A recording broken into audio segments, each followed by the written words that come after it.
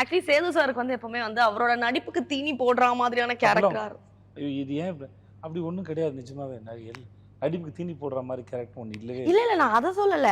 அந்த சாப்பாடு நோ இன்னும் நிறைய எனக்கு சொல்லுங்க நான் பண்றேன் அப்படின்னு அப்படிலாம் ஒண்ணுமே கிடையாது. இப்போ வழக்கமா இது மேல வைக்கப்படுறதுனால நான் சொல்றேன். இதுல வந்து தீனி போடுற சீனு சாதாரண சீனுன்னு அப்படி ஒன்றும் இல்லவே இல்லை. நீங்க சாதாரணமா வந்து அம்மா சாப்பாடு வை அப்படின்னு சொல்றதுமே அது உங்களுக்கு எவ்வளவு தூரம் பிடிக்கிற மாதிரி. ஏன்னா ஒரு படத்துல இப்போ இந்த படம் வந்து எங்களுக்கு ஒரு 2 வருஷம் வாழ்க்கையை பதிவு பண்ணுதுன்னு வச்சுக்கோங்களேன். 2 வருஷம் வாழ்க்கையமா எடுக்க போறோம் இல்லை இல்லை. அது எதெல்லாம் சுவாரஸ்யமோ எந்த ஆங்கிள் அந்த கதையை சொல்லுமோ அதெல்லாம் சீனாக மாறுது. அந்த சீனில் எதெல்லாம் உங்களுக்கு பார்க்குறதுக்கு போர் அடிக்காமல் இன்ட்ரெஸ்டிங்காக அதுதான் ஷார்ட்டாக மாறுது, வசனமாக மாறுது.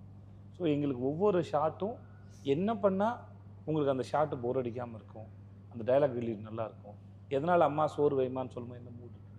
ஸோ எல்லா ஷார்ட்டுக்கும் அந்த ரெஸ்பான்சிபிலிட்டி இருக்குது.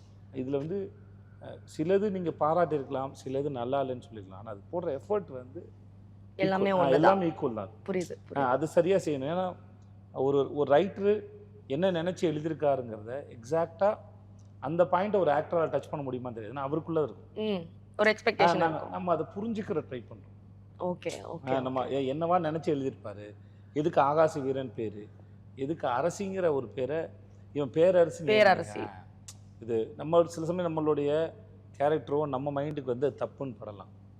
ஆனால் அது கதாபாத்திரத்துக்கும் கதைக்கும் சரின்னு படலாம். ஸோ அது எந்த ஆங்கிள் அவருக்கு அது சரின்னு படுது அப்படிங்கிறத தொடணும் இல்லை. ஸோ அதனால எல்லா ஷாட்டுமே அப்படி தானே.